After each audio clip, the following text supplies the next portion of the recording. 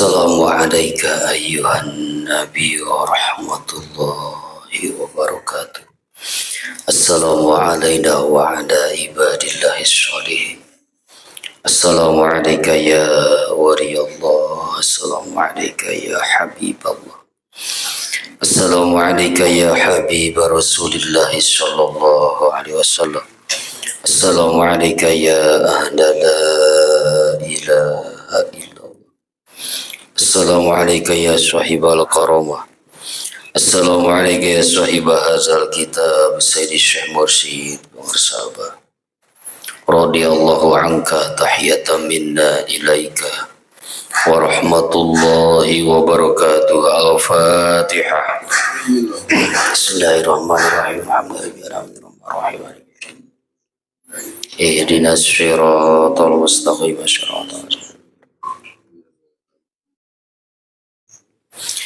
Bismillahirrahmanirrahim.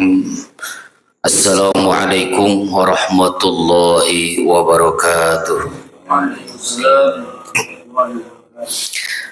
Alhamdulillahillazi hadana lihaza wa ma kunna linahtadiya laula an hadana Allah. Wassalatu wassalamu ala sayyidina Mukhtar wa ala alihi wa ashabihi al-akhyar.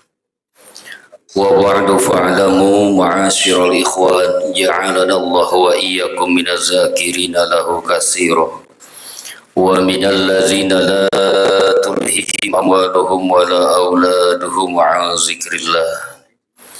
Anna zikra min a'zamil umuril fadail wa afdalil qurbat wa awsalil wasail. Qala Allah ta'ala wa la zikrullahi akbar. Ya ayyuhallazina amanu uzkurullaha zikran katsiran wa sabbihuhu bukratan wa asila.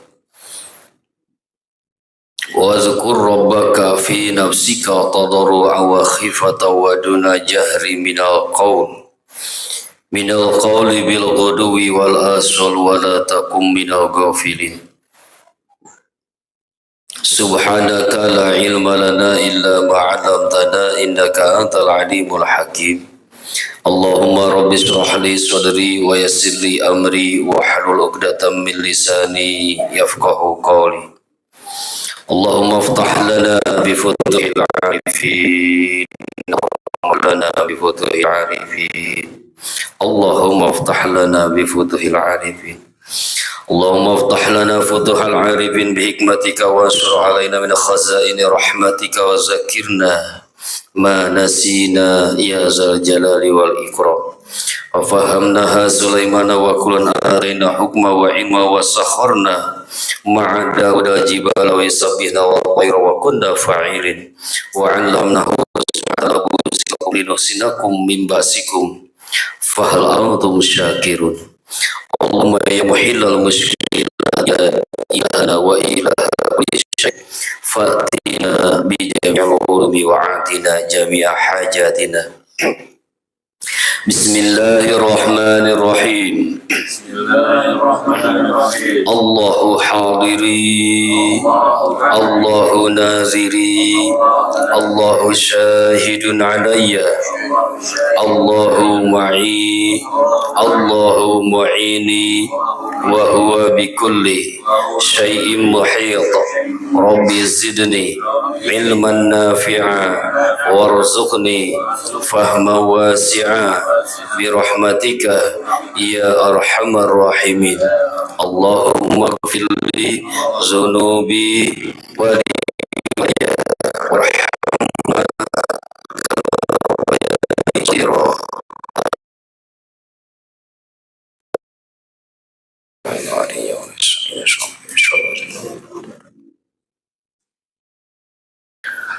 al-mukarram wal muhtaram sahibul bait wal fadilah wasanabah jadi beserta ibu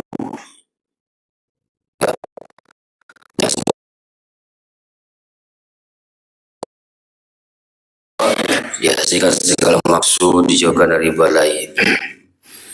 Oromun wal muhtaromun, para asatid, para pangku manakib, petugas manakib, imam khotaman, wabil khusus Kang Ustadz Herlan beserta Kang Burhan yang alhamdulillah senantiasa menyertai manakib kita semua.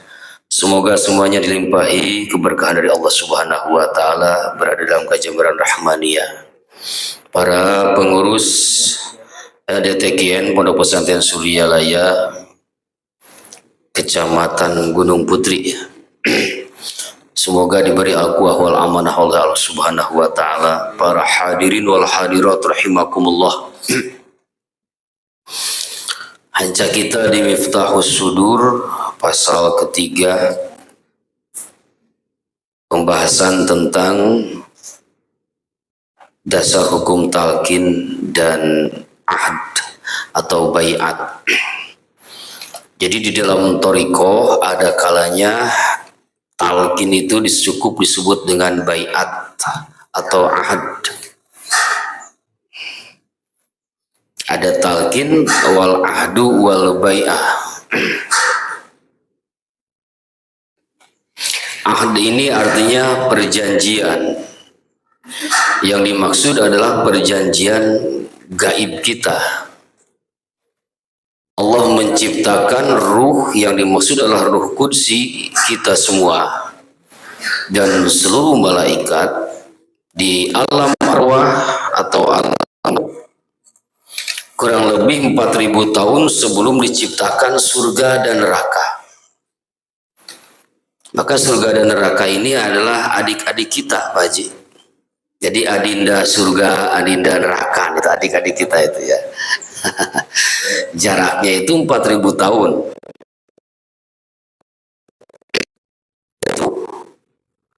Semuanya ditanya oleh Allah. Pertanyaan, alastu birabbikum, betulkah aku ini Tuhan kamu? Semuanya menjawab, bala syahidna. Nggih, sumuhun Gusti, kami semua mengakui engkaulah Tuhan kami dan kami hambamu. Ini perjanjian, Pak. Ketika perjanjian ini diikrarkan, maka surga dijanjikan kepada kita.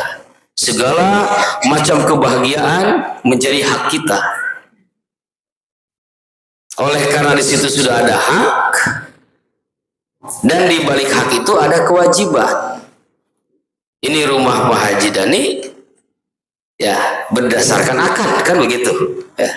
Maka beliau yang punya rumah punya kewajiban menjaga rumah ini dari segala hal, termasuk dari pencurian dan lain sebagainya. Bagaimana caranya beliau menjaga rumah ini agar tetap menjadi hak miliknya? Maka perawatan penjagaan itu disebutlah kewajiban. Seseorang pakai motor ke kota, ke daerah tertib lalu lintas, harus membawa STNK dan helm. Itu untuk menjaga hak keselamatan kita. STNK untuk menjaga hak keselamatan kita dari tuduhan curanmor, helm untuk menjaga hak keselamatan kita dari kecelakaan. Maka demikian juga surga dijadikan dengan adanya ikrar ini, maka surga menjadi hak kita. Nah, untuk menjaga agar surga ini tetap menjadi hak kita, tidak beralih kepada yang lain, maka muncullah kewajiban untuk merawatnya. Apa kewajiban-kewajibannya? Itulah yang diperintahkan oleh Allah Subhanahu wa taala. Allah tidak perlu pada sholat kita, mau sholat ataupun tidak menguntungkan, tidak merugikan. Kita sholat tidak menjadikan Allah menjadi kuat kayak dewa Zeus gitu, enggak.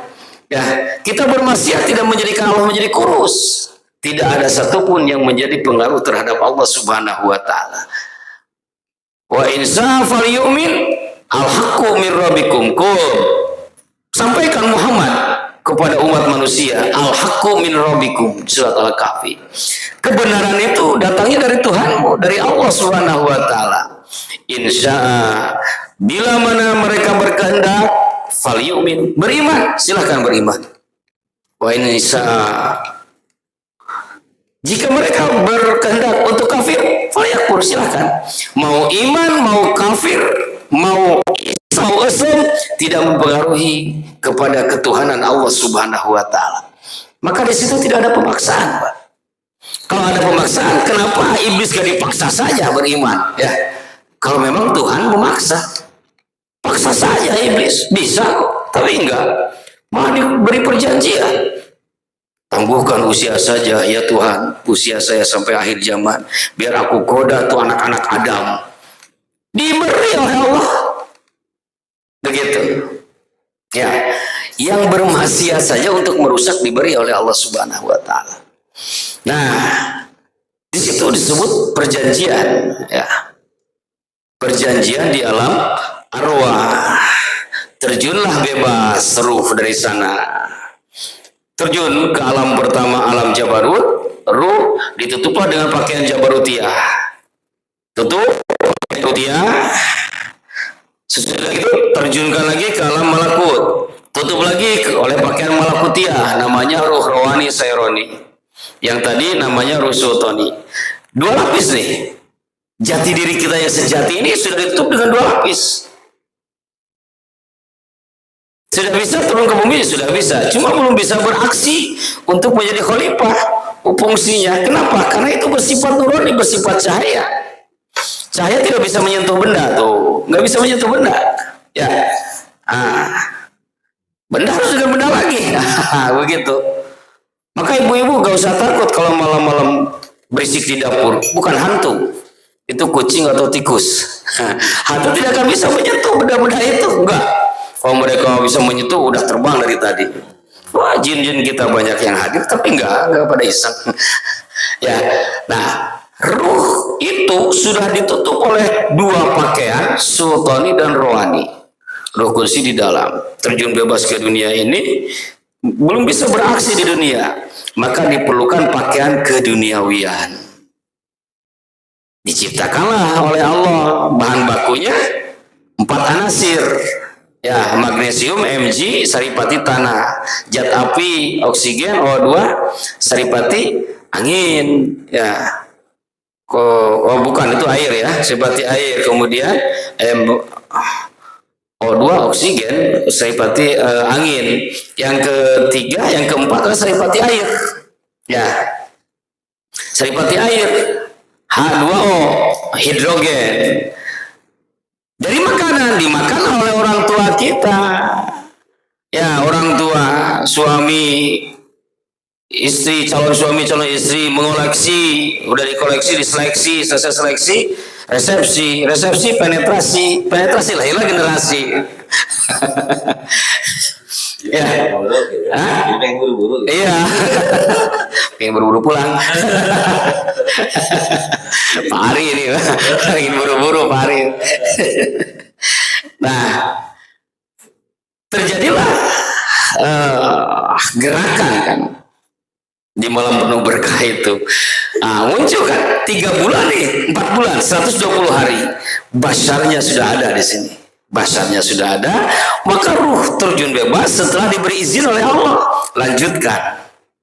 Bayi yang ada di rahim si Pulana binti Pulana. Lanjutkan, maka catat usianya, bahagianya, sedihnya. Dicatat, rezekinya dicatat, ditetapkan. Turun ruh dari atas, basar dari bawah. Begitu menyatu disebutlah jiwa. Jadi jiwa ini adalah komponen lain ketika ruh dan jasad sudah menyatu. Makanya 2 potensi di dalamnya, falhamaha fujuraha wa taqwaha, potensi baik dan buruk. Potensi baiknya dari ruh, potensi buruknya dari jasad. Potensi baik diilhamkan oleh malaikat, potensi buruk diilhamkan oleh setan. Maka ilham itu 2 apa Haji? Ilham baik, ilham buruk. Ilham takwa, ilham fujur. Jadi jangan segera percaya, waduh saya dapat ilham nih. Apa? Sekarang harus berangkat ke pemijahan nih. Harus jalan kaki. Itu ayam mobil, ayam motor, mereka kudu lompat. Ya, awas hati-hati, jangan-jangan ilham setoniah gitu. Ya, ya.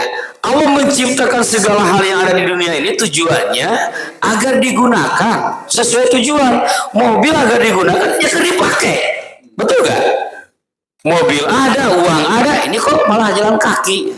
Nggak syukur nikmat itu. Istri ada di rumah gak dipakai-pakai, nggak syukur nikmat itu. Nggak syukur nikmat, begitu ya. Maksud saya begini, hati-hati karena ilham itu tidak selamanya benar dari malaikat. Ada yang dari setannya. Ayatnya itu fa'alhamaha fujuraha wa taqwa. Jangan menganggap ilham di sana dari Allah, berbahaya. Katakan begini contoh, fa'alhamaha fujuraha. Kefasikan diilhamkan oleh setan, sementara kebaikan diilhamkan oleh Allah. Oh, ini berbahaya dalam akidah. Gimana berbahaya? Bayangkan setan dengan Allah berserikat. Nggak level. Ya, seakan dalam satu posisi ini. Allah dengan setan coba. Nggak level. Jika Allah sih dan orang bersaing jelaing. Gitu ya. Nah, ini berbahaya. Satu domir, Allah dengan makhluk dipakai satu domir. Jadi dulu ada sahabat, ada orang yang berkata di hadapan Nabi menggunakan kata ganti untuk menyebut Allah dengan Rasul. Digunakan kata ganti, mereka berdua. Nah, gitu. Jadi tidak menyebut Allah dan Rasul, tetapi mereka berdua. Nah, kata Nabi, kata-kata kamu buruk sekali. Apakah aku selevel itu sehingga aku harus disebut dengan mereka berdua? Seakan-akan aku dengan Allah itu satu level. Salah itu, berbahaya, jangan begitu. Allah dan Rasulnya harus begitu. Tidak boleh menggunakan kata huma. Begitu.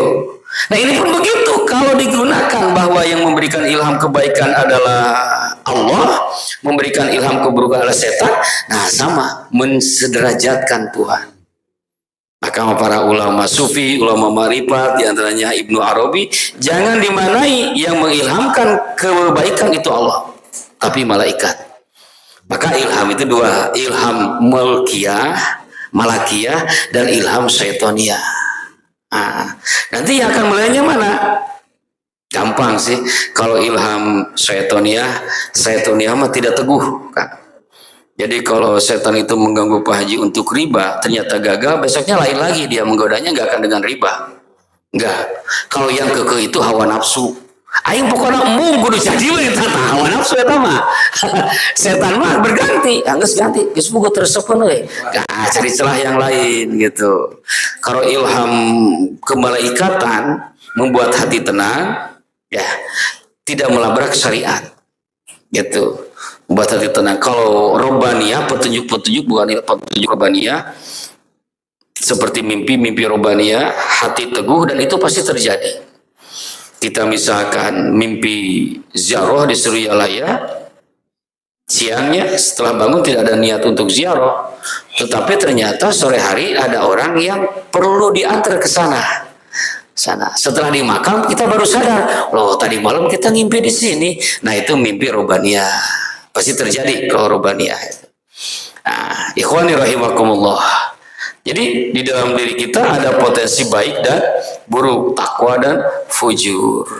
Nah, karena ternyata si ruh ini sudah tertutup, ya, sudah tertutup, maka kita terlahir menjadi makhluk amnesia, Bu. Hilang ingatan. Bagaimana tidak bisa disebut amnesia? Usia kita di jarak dengan surga saja 4.000 tahun. Ya. Apalagi sampai ke sini berarti usia kita di alam mughayyabah, di alam kegaiban jutaan tahun. Di sini Pak Haji ini paling usianya 75 atau 80 kan? Paling tua nih. Baru 80 tahun. Di sana sudah jutaan tahun. Jadi sebenarnya orang mana, Pak? Bu? Orang sini atau orang sana? Orang sana.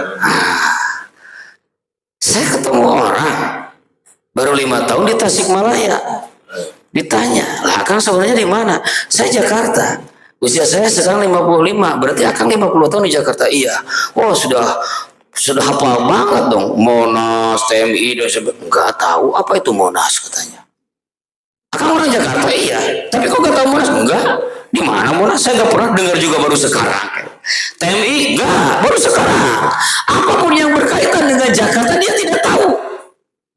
Padahal dia bilangnya asalnya dari Jakarta. 50 tahun di Jakarta, di dunia, di Tasik baru 5 tahun. Tetapi tentang Jakarta tidak pernah ingat sedikit pun. Itu disebutnya apa coba Bu? Apalagi kalau bukan amnesia. Wah ini orang datang ke oh mohon maaf. Ini ayah saya sudah amnesia, lupa ingatan. Ini kita jutaan tahun di sana, di sini saya baru 47 tahun, sama mungkin ya. 40 seberapa? 38, baru 38 tahun. Yang jutaan tahun di sana sudah tidak ingat. Apa sebutannya kalau bukan amnesia apa? Ya, orang-orang yang lupa. Makanya ketika ruh itu terlahir dari rahim ibu, keluar, dia menangis. Ngajrit maratan langit, ngocek maratan jagat. Ngajrit maratan langit, ceritanya menuju kepada Allah, ngocek maratan jagat. Ngajrit ke lingkungan anu aya. Ini aku di mana? Ini bukan duniaku, ini bukan alamku. Tapi aku tidak ingat dari mana asal aku. Hanya ada rasa saja. Aku tidak nyaman di sini. Dulu, kemarin aku merasa nyaman dengan sesuatu yang indah, sesuatu yang memanjakan kepadaku. Sebuah dat yang apapun aku menginginkan selalu diberikan.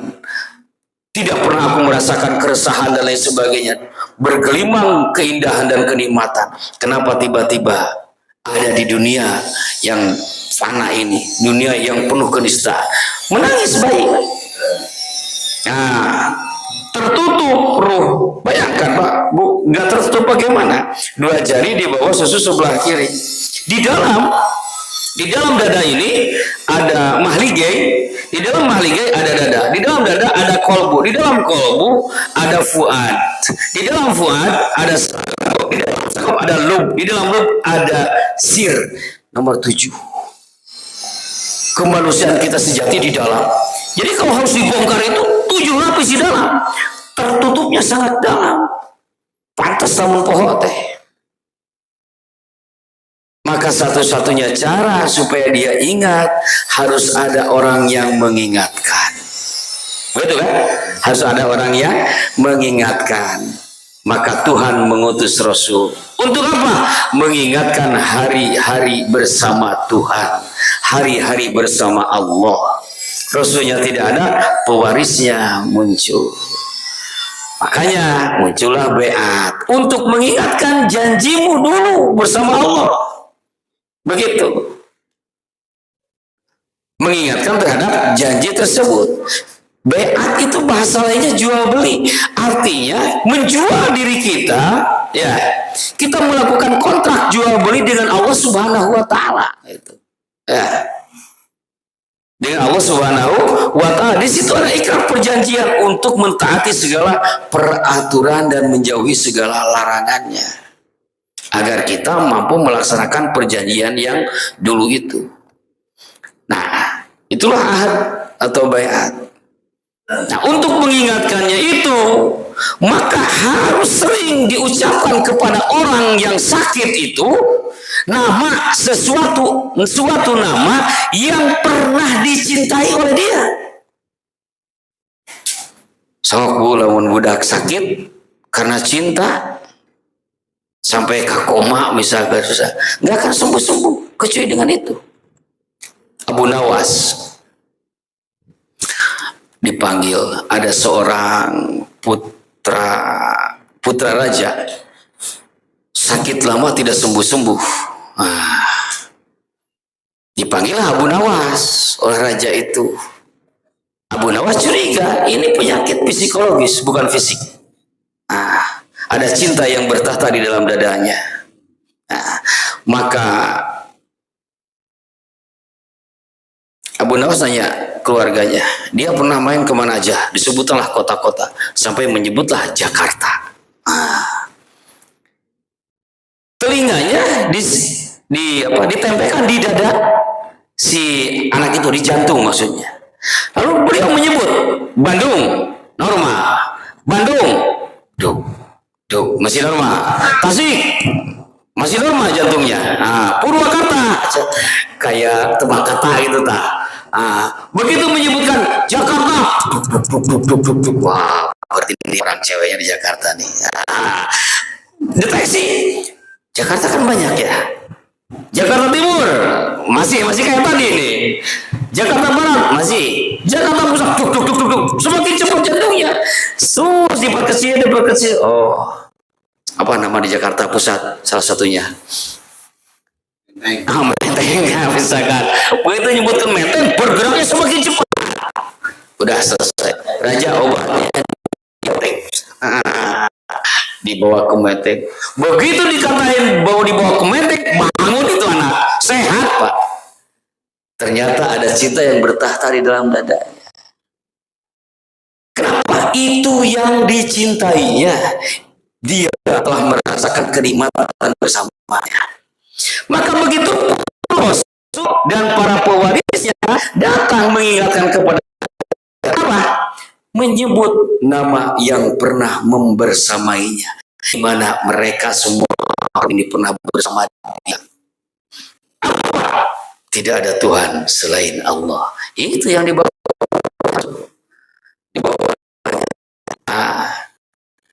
Karena sudah merupakan itu, harus ditanamkan kembali, harus didoktrinkan. Maka kata Allah, fa'alzamahum kalimatan takwa, diilzamkan, ditanamkan, diinstalkan kalimat takwa di dalam dadanya. Apa kalimat takwa? Kalimat la ilaha illallah. Itulah yang disebut talqin. Talqin secara bahasa adalah mengajar juga, tetapi metodenya dengan praktek. Silahkan ikuti semuanya. Bismillahirrahmanirrahim. Bismillahirrahmanirrahim. Allahu hadiri, Allahu nadiri, Allahu syahidun ya, Allahu ma'i, Allahu mu'ini, wa huwa bikulli syai'in muhit. Dulu Tuhan Syekh ditalqin asma itu oleh Syekh Junaid Al-Baghdadi secara ruhani, karena jaraknya jadi talqin. Barusan saya itu mentalkin asma itu. Nah, kalau ibu-ibu anak-anak baca kursus belajar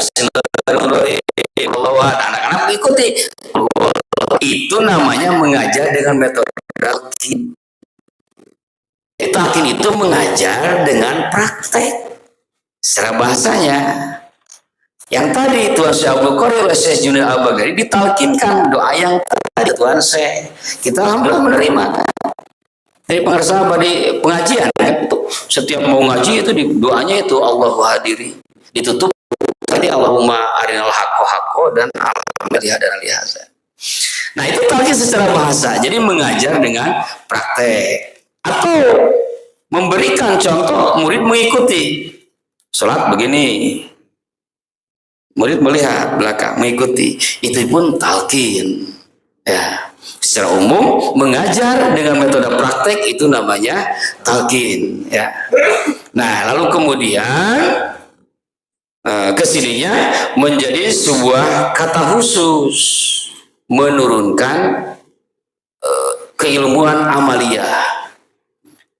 Talqin terbagi dua, talqinul zikri, talqinul aurad wal ahzab. Talqin zikir dan talqin wirid atau hizib. Sama talqin. Bismillahirrahmanirrahim. Ikuti Allah bisa tatiya beruti korika, bisa tatiya beruti korika. Nah, setelah ditalqinkan si murid boleh mengamalkan. Nah, kebolehan mengamalkan namanya ijazah. Tetapi kesininya yang berkembang di para ulama, talqin hanya khusus istilah untuk menyebut penanaman kalimah thayyibah, kalimah la ilaha illallah. Untuk wiridnya doa yang lain lebih masyhur ijazah. Padahal talqin juga proses penurunannya disebut talqin, hasilnya disebut ijazah. Boleh mengamalkan itu. Ini sudah jelas ya? Sudah jelas. Teorinya mudah. Kita juga bisa mentalkin anak-anak kita kan dengan bacaan-bacaan Quran. begitu. Permasalahannya energinya ada enggak? Itu ya. Gampang saja kita narik kabel listrik masuk ke sini, tinggal dipasang-pasang instalasinya. Tuh, gening tuh hurung. Hurung sih hurung, tapi sepaneng. Ya, kok tetangga sebelah nyalanya kuat, kita jadi sepaneng. Ternyata nggak pakai ground misalkan. Nah, bisa kita juga mengijazahkan, saya bisa mentakin ke Pak Haji Dani atau siapapun yang datang. Masalahnya saya membawa energi nggak? Nah, energi ini diambil dari instalasi yang tersambung kepada ma'dinan, sumber. Di dalam bahasa tasawuf atau hadis, energi ini diambil dari ahlus sanad atau ahlus silsilah yang tersambung kepada ma'dinan, sumber ketakwaan. Apa siapa sumber ketakwaan? Qulubul arifin, kolbunya ahli ma'rifat. Raja di raja ahli ma'rifat, Rasul Shallallahu Alaihi Wasallam tersambung ke sana. Di bawahnya ada pos-pos kecil, gardu-gardu kecil gitu ya. Kayak listrik sama begitu, gardu kecil terdekat, nanti tersambung kepada gardu besar, ke wali kutubnya, tersambung lagi kepada kutubul aktobnya, dari situ tersambung kepada Rasul melalui para sahabat, tersambunglah kepada Allah Subhanahu Wa Taala. Ini nih yang mahalnya, Pak, yang tidak bisa diinginkan dan tidak bisa ditolak. Ini yang menjadi permasalahannya. Kalau tidak begitu, maka saluran dari Allah, fuyudatur robbaniyah, limpahan karunia dari Allah tidak akan mengalami. Makanya berbeda orang mengamalkan dikir. Jangan dibandingkan dengan orang lain. Kita aja sebelum ditakid dikir dan dikir berbeda kan? Ya, apalagi sambil tahlil. La ilaha illallah. Mata mulai kesana kemari. Datanglah pisang cau. La ilaha illallah. Oh, sambil dipinah-pinahin ya. Lagi wiri di masjid. Pakai tasbih kan, subhanallah, subhanallah, tangannya begini. Ada lagi yang bersandar kan sambil begini, subhanallah. Imam menghadap ke kiblat, kita malah menghadap ke utara. Komprehensi di sini. Subhanallah. Gak ada ruhnya, gak ada energinya. Kenapa? Karena kita tidak menerima ijazah dan talqin. Jadi tidak ada energi. Wirid tinggal wirid. Oh, masih yang munah mah wirid mah apa gantung onan-onan gitu. Teu aya naonan. Nah, maka dari itulah dijaga. Kata Nabi, agama ini turun dibawa oleh orang-orang terpilih di zamannya. Itulah yang disebut dengan ahlus silsilah. Nah, berkaitan dengan talqin ini, ada dua metode talqin yang dipraktikkan oleh Nabi. Satu, talqin jamaah. Dua, talqin furoda. Talqin jamaah itu ya banyak semua. Nabi menyuruh menutup pintu, sudah itu barulah mentalqin secara jamaah. Ini dari Sudad bin Aus hadisnya. Yang kedua, talqin furoda, talqin secara sendiri-sendiri. Nah, ini asbabun nuzulnya adalah dari permintaan Sayyidina Ali bin Abi Thalib. Sayyidina Ali meminta tiga hal. Dullani ala aqrabit turuki ilallah. Wahai Rasul, mohon tunjukkan kepada hamba aqrabit turuk, jalan yang paling dekat menuju pada Allah. Jadi dia meminta jalan kompas, Pak. Shortcut. Jalan terdekat menuju Allah. Ya, thariqah itu gang. Dalam bahasa sosial, jalan raya itu syari, jalan raya syari. Jalan gang, jalan pintas namanya torik. Itu, ya. Torik, jalan kecil, jalan pintas. Dan dia tidak bisa disebut jalan kecil kalau tidak tersambung ke jalan raya, kan begitu. Nah, begitu pun thariqah. Syari, jalan besarnya syariat, jalan kecilnya thariqah. Tidak disebut thariqah kalau tidak tersambung dengan syariat. Maka yang mengaku thariqah tidak bersyariat itu thariqah abal-abal atau thariqah mikung. Nah, Sayyidina Ali bertanya, memohon ditunjukkan jalan terdekat menuju pada Allah. Satu, wa ashaluha alal ibad. Tapi mudah, paling mudah bagi si hamba diamalkannya. Tilu, ketiganya wa afdaliha indallah, namun paling agung di sisi Allah. Manja nih Sayyidina Ali kepada Nabi. Wajar kan, dari usia 9 tahun dia sudah diangkat anak oleh Nabi. Sehari-hari bersama Nabi. Bosanlah gitu keneh. Kita tahu ningali batur kisah wah gitu mah. Akhirnya Nabi menjawab, saya ringkas aja. Nabi alaika bimuda wa mati zikrillah. Ali sing rajin dikir. Afdalu maqutu ana wan nabiyyuna min qabli la ilaha. Karena satu hal yang paling utama diucapkan oleh aku dan oleh nabi-nabi sebelum aku adalah la ilaha illallah. Sehingga kalau harus dibandingkan 7 lapis langit dan 7 lapis bumi ditimbangkan sebelah kanan, sementara la ilaha illallah ditimbangkan sebelah kiri, lalu jahat. La ilaha illallah akan lebih berat daripada 7 lapis bumi dan langit. Ya kata Sayyidina Ali, Gusti sadayana oge pada dikir kawas gitu. Sahabat-sahabat yang lain sami nggak makan dikir eta mah. Ali mah hoyong anu khusus. Saya pinginnya khusus. Mah Ali kata Nabi, hari maneh Ali sakitu teh. Tah disebutkan la ilaha illallah saur Sayyidina Ali. Kumaha tuh abi sarana dikir teh Gusti. Jadi la ilaha illallah sudah tahu ya. Memang di awal juga adalah itu gitu. Hanya inilah sebuah kerja yang cerdas gitu kan. Yang bertanyanya pun cerdas. Bagaimana caranya saya berzikir ya Rasul? Maka kata Rasul, perhatikan olehmu. Aku akan mengucapkannya 3 kali. Kamu mendengarkan dan memperhatikan. Setelah itu nanti kamu ucapkan 3 kali. Aku mendengarkan dan memperhatikan. Itulah yang disebut dengan talqinuz zikri. Menariknya Pak, hadis ini kurang lebih 400 tahun dianggap dhaif. Baru dianggap sahih di abad 14-15 Ibnu Hajar al-Asqalani. Para muhadis tidak percaya terhadap hadis ini karena tidak menemukan data bahwa Imam Hasan al-Bisri pernah bertemu Sayyidina Ali. Karena itu masalahnya di metode riwayah dan diroyah itu kan harus ada data rijalul hadis. Nah ulama hadis tidak menemukan apa benar Imam Hasan al-Bisri ini benar-benar pernah bertemu dengan Nabi. Karena ini hadis riwayat oleh Imam Hasan al-Bisri. Tidak ada yang menerima. Kurang lebih 400 tahun. Di abad 14-15 muncullah seorang ulama besar. Musnid dunya itu menjadi rujukan hadis seluruh dunia. Kalau sekarang di Mesir Syekh Yasin Al-Juma' Masjid Syadiliyah itu.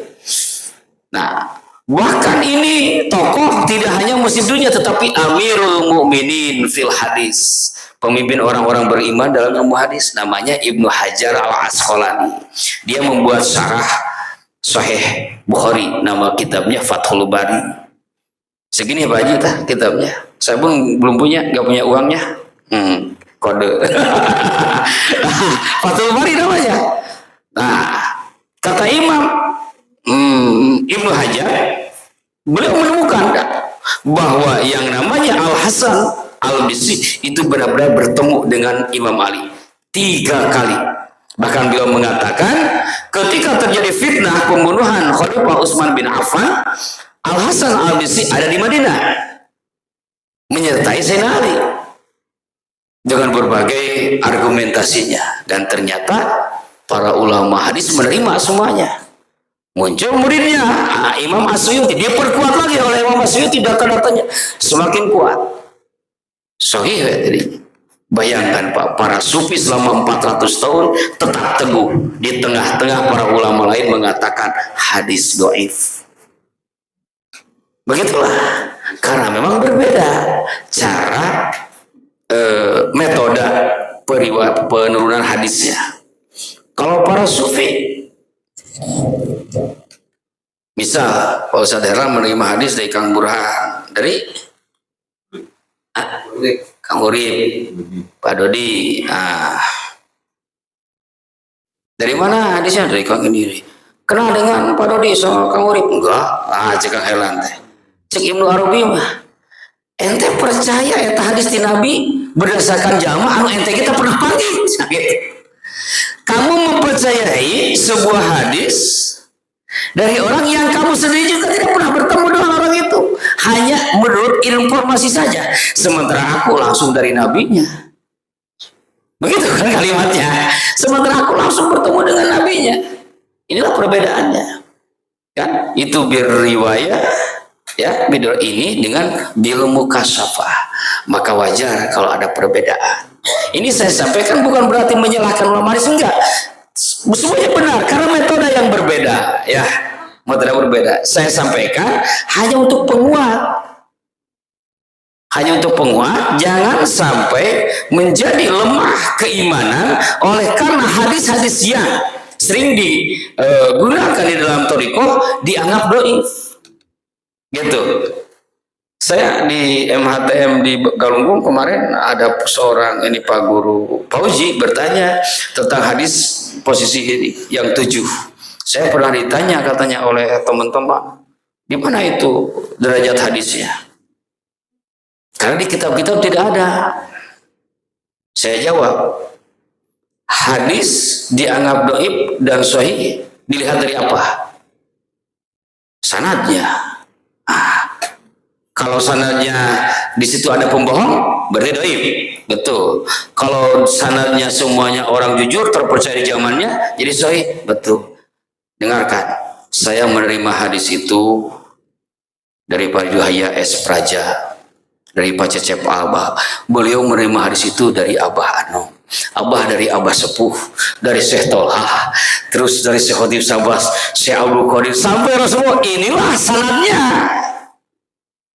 Kok tidak ada dalam kitab? Gak tahu, itu bukan urusan saya. Yang jelas saya menerima dari ahlus sanad. Di mana masalahnya, Pak? Kan jelas ya. Langsung, hanya saja tidak dicatat di dalam kitab. Sementara teori transmisi hadis, penurunan hadis itu kurang lebih 3. Mudah-mudahan saya tidak lupa. 1, cara mengambil hadis adalah as-sami alih, mendengar. Si murid mendengar dari guru. Guru membacakan, murid mendengarkan. Nah, kedua, makru aleh. Apa makru aleh? Murid membaca kitab karangan guru, guru mendengarkan kalau ada yang salah.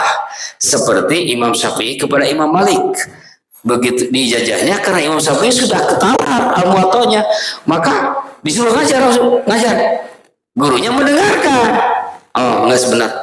Mulai yang salah nih yang ini, dirubah gitu. Jadi yang pertama mendengar dari guru membacakan ya. Yang ketiga metode wijdan. Wijdan itu didapat dari kitab, dari tulisan. Itu tidak bertemu dengan gurunya. Lah ini bertemu dengan orangnya, dengan gurunya. Menerima langsung, ini disebut simai, mendengar langsung. Nah maka cukuplah ketika ditanya rijalul hadisnya, ini sanadnya. Begitu. Ikhwani rahimakumullah. Maka berdasarkan hadis itulah talqin zikir, berdasarkan periwayat para perawi hadis itulah talqin zikir sampai kepada kita semua. Ibnu Hajar al-Asqalani saya dapat informasi dari Syekh Abu Wahab Asy'arani dalam kitab Al-Anwarul Qudsiyah bahwa hadis ini sahih adanya. Sahih adanya. Dari situlah muncul silsilah sanadut talqin. Bukan silsilah mursyid ya, tapi sanadut talqin, disebutnya sanadut talqin. Sanad talqin begitu. Maka kalau Pak Haji ditalqin pertamanya oleh Pak Haji Sandisi, nah berarti sanadnya ke-39. Kalau Ustaz pernah kepada sahabat Pak Arif Ikhwani ke-39. Sama. Kalau yang pernah kepada sahabat, saya umur 12 tahun pertama kali pernah sahabat 3 kali, terus sama wakil takib, maka berarti saya sanad talqin dzikir ini 38 dan 39. Begitu. Ini jangan salah, bukan salah kemursyidan. Sanad talqin boleh menulis. Saya melihat manuskrip para murid-murid Toriko semuanya punya buku. Sebelum menulis amaliyahnya ditulis dulu silsilahnya. Nah, terakhir, akulah al-fakir menerima dari guruku ini. Begitu. Sekarang kita nggak menulis karena sudah ada cetakan ukur Juman, sudah ada semuanya. Begitu. Ya, jangan sampai melakukan wakil talqin. Nggak bisa. Kita yang menerima talqin dikira para wakil talqin lalu mengatakan saya nomor 38. Apalagi saya mengatakan 37 sulaka. Berapa? Anda 37 sekarang 37. Bagaimana mungkin 37? Oh, sama 37 kan? Apa sebut 36 maka saya tolak 35. 35 muridnya pasti 36. Kalau muridnya dikatakan 35 ya ada. Maka di antara murid yang 36 itu ada yang menjadi mursyid. Salah satunya adalah Abah Sepuh. Maka Abah Sepuh menjadi mursyid. Nah, murid Abah Sepuh itu sanad 37. Semuanya 37. Di antara murid-murid yang nomor 37 ada yang menjadi mursyid, maka jadilah mursyid ke-37. Murid 37 pengarsa apa berarti? 38. Itu 38. Oh, saya pengarsa apa menuju wakil talqin. Ini bicaranya sanad talqin bukan sanad mursyid. Sanad talqin. Tidak ada sanad mursyid di kitab-kitab itu, salah satunya Al-Anwarul Qudsiyah disebutnya sanad talqin. Jangan sampai menafikan wakil talqin. Ini wakil talqin sudah ditunjuk oleh pengarsa Abah, posisinya Syekhun Hayun bagi kita. Pengarsa Abah sudah meninggal, tidak bisa memberikan irsyad. Bukan saya yang ngomong, tapi Tuhan Syekh Abdul Qadir. Kata Tuhan Syekh Abdul Qadir, wali yang sudah meninggal, la yasilu ahadan minhum al-irsyad ila maksud. Dalam Sirrul Asrar, tidak bisa memberikan irsyad kepada murid-murid. Terus harus apa? Harus ada Syekhun Hayun. Menurut Miftahus Sudur. Siapa Syekhun Hayun di sini? Sadar posisi dulu, Pak. Bu, posisi kita di mana? Kalau posisi kita masih mubtadi, Syekhun Hayun itu adalah murabi dohir, kata Tuan Syekh. Jangan berpikir wali. Kalau posisinya kita sudah makom toriko, barulah murabinya adalah wali gitu. Dikir itu ada dikir adat, ada dikir makrifat. Dikir adat, dikir untuk melepaskan hati, untuk mengingatkan hati yang lupa. Dikir marifat untuk menuju Allah. Kira-kira saya ulangi, dikir adat dan dikir marifat. Dikir adat adalah dikir untuk mengingatkan hati yang lupa supaya menjadi ingat, begitu ya. Dikir marifat dari ingat supaya menjadi melesat, itu. Itu. Ini kira-kira kita di mana nih? Dikir adat atau dikir marifat? Dikir adat. Nah, murabi dohir, Pak. Syekhun Hayun kita itu murabi dohir. Siapa murabi dohir? Di Suryalaya itu wakil talqin. Sudah ada. Sebetulnya sudah terjawab. Apa yang mereka serahkan kepada kita itu karena satu kesalahan mereka. Mereka membuat penelitian kepustakaan tetapi tidak melihat penelitian fenomenologi di Suryalayanya. Kelemahannya di situ. Tapi biarlah, itu bukan urusan kita ya. Yang jelas bagi kita sudah ada. Pengarsa apa sudah melihat, sudah memperlihatkan di maklumatnya bahwa para ikhwan urusan amaliyah, dikir, khotaman manakib, komunikasi dengan wakil talqin. Di satu maklumat. Maklumat yang lainnya komunikasi dengan wakil talqin dan para mubalik. Sudah jelas arahnya. Gak mungkin pengarsa Abah meninggalkan tanpa jelas. Gak. Syekh Khotib sama Syekh Abdul Karim wafat, tidak ada musik yang ditunjuk, yang ada wakil talqin. Ternyata wakil talqin hanya status lahirnya. Toh kenyataannya mereka pada akhirnya sampai kepada makom waliullah. Kenapa? Karena murid Syekh Khalil, murid Syekh Toha banyak yang menjadi wali. Kita pun nggak tahu para wakil talqin kita kan. Kita tahunya wakil talqin aja, nggak tahu makomnya. Itu apa bawa yang bagus melesatkan itu? Tapi itu bukan urusan kita. Yang menjadi kepentingan kita bahwa mereka adalah orang-orang yang ditunjuk oleh Abah untuk membimbing kita. Ya, keirsadan akan terus hidup selama ada orang-orang seperti itu. Jadi kita nggak perlu berpikir mursyid kamil mukamil, karena kamil mukamil itu untuk orang-orang khos. Oh, kata Pak Wafi, katanya mursyid Pak Sabah masih efektif memberikan irsyad. Betul, juga tidak salah. Kayaknya jadi masalah ramai di video kan? Ramai di video. Pak Wafi waktu manakib di bulan kemarin kan bilang, meskipun sudah meninggal, tapi keirsadannya masih efektif membimbing kita. Muncullah video serangan dari pihak lain. Harus ada mursyid yang hidup. Nah, jawabannya yang tadi saya sampaikan, bahwa Syekhun Hayun itu adalah wakil talqin. Itu. Lalu bagaimana tentang Pak Wafi bahwa masih efektif irsyadnya? Padahal kata Tuan Syekh Abdul Qadir sudah tidak bisa memberikan irsyad. Ya, kita jangan memahami, oh udah itu pemahaman orang lain. Tidak bisa mengabaikan serangan orang lain. Kenapa? Karena orang lain menggunakan kitab Syekh Abdul Qadir dan Ibnu Arabi. Ini masalahnya bukan orang yang kita lihat. Ya, seakan-akan digedrukan antara Pak Wafi dengan Syekh Abdul Qadir. Begitu. Nah, jawabannya adalah Murabi Dohir Syekhun Hayun itu. Lalu bagaimana kata-kata Pak Wafi bahwa masih efektif pada sahabat meskipun sudah meninggal? Apa itu salah? Tidak bisa dikatakan salah seluruhnya. Betul juga. Tetapi yang harus cerdas itu orang yang mendengarnya. Kitanya, posisi kita di mana? Betul efektif.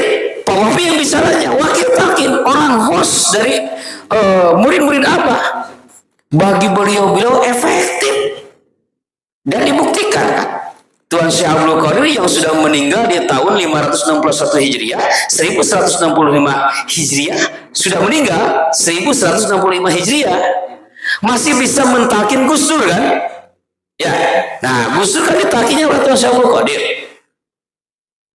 Setelah ditalkin, kata Tuan Syekh, temui Wali Kutub Al-Gaus di abad ini, itu namanya sebut nama para sahabat. Makanya ketika ditanya Gus, siapa Wali Kutub di abad ini? Abah Anam Suryalaya. Kata siapa Gus? Sampai yakin, kata Syekh Abdul Qadir. Saya jaroh ke sana, ditalkin oleh Syekh Abdul Qadir. Kata beliau, temui Wali Kutub di abad ini. Tetap harus ada yang dohirnya. Dihubungkan para sahabat. Begitu sampai ke Suryalaya, Gus Dur bicara, Abah, saya pingin ditalkin. Kata Abah, bukannya udah sama Syekh Abdul Qadir? Kan? Ya rohaninya. Jadi satu rohani sudah semua untuk meyakinkan Gus Dur. Oh benar berarti ini. Efektif itu yang sudah meninggal. Tapi si mama sendiri, Gus Dur jeung aing beda. Ya, dia mau orang-orang host, betul gak? Ini orang-orang host. Sok atuh urang bisa teu ka makam Abah, saya pengen ditalkin. Bisa gak Bu? Enggak kan? Kenapa? Bukan Abahnya yang gak bisa, kita yang belum siap. Ya, nah sesuatu hal yang berlaku di orang-orang khusus jangan diberlakukan di orang-orang umum. Kata-kata harus mencari mursyid yang hidup, harus mencari Syekhun Hayun adalah mursyid kamil mukamil, itu untuk orang khusus, bukan untuk kita. Hati-hati melaksanakan, mengimplementasikan kitab-kitab Anwarul Qusiyah, Futuhul Makiyah. Itu kita mayoritasnya untuk orang-orang host. Ini diberlakukan kepada orang awam. Rusak Islam Pak. Rusak. Bayangkan Bu, orang awam disuruh mencari wali mursyid. Sedangkan wali mursyid itu menang diumumkan. Aisyah aja satu orang teman gitu ya. Oh mursyid itu tidak ditanya dengan wali mursyid, tapi itu menang diumumkan. Kapan gugur tuh? Sampai sini logis kan? Ya. Kita tanya dengan wali mursyid tapi tong diumumkan dari kumaha coba. Ya, makanya kata Tuhan Syekh Abdul Qadir, fa innal auliya lil khawasimul salih. Para wali Allah mah diutusnya hanya untuk orang-orang khusus, bukan orang awam. Kalau orang harus bisa menemukan sendiri. Karena makomnya di malakut, di makom toriko, gitu. Di malakut. Kita masih di makom syariat. Kata Tuhan Syekh Abdul Qadir, seorang murid pembimbingnya harus munasabah. Tidak bisa murid mubtadi mau dibimbing oleh Rasulullah langsung. Ini jelas kata-kata Tuhan Syekh. Sebagian orang mengambil sepotong-sepotong. Nah kata Tuhan Syekh, dia pertama-tama harus dibimbing oleh wali kalau ingin dibimbing oleh wali mursyid, Rasulullah. Ya, Rasulullah ketika hidupnya langsung memberikan irsyad. Tidak ada seorang pun yang lebih berhak dari Rasulullah. Tetapi ketika Rasulullah wafat sudah terputus, inqata'a, terputus. Kan ada dua ketika hidup, ta'alluqatul jismaniyah, hubungan fisik memberikan irsyad. Irsyad itu seperti saya ngomong begini, nah ini irsyad, Pak. Irsyad, memberikan talqin itu irsyad, memberikan wejangan itu irsyad. Oh, ketika sudah meninggal terputus. Begitupun para wali Allah. Maka murid pemula diperlukan murabbi dohir, dan itulah para wakil talqin. Fungsi lainnya murabbi dohir memberikan irsyad, itulah para mumbalik, para ulama kita. Jadi sudah tidak ada masalah di dalam thariqah kita, sudah disiapkan oleh Abah, maka terimalah itu sebagai kasih sayang perhatian dari Abah selaku mursyid agung dalam TKN kita. Mudah-mudahan diberi hidayah oleh Allah Subhanahu wa taala untuk menerima dan mengamalkan apa yang telah kita bahas dari kitab ini. Amin. Allahumma susna bila ilaha illallah waj'alna fi hisni la ilaha illallah wa amidana bisirri la ilaha illallah indaka antal wahhabul karimul alimul hakim wa wafiqna limardatika innaka raufur rahim. Allahumma akhrijna minad dunya muslima wa minal al-fatihah.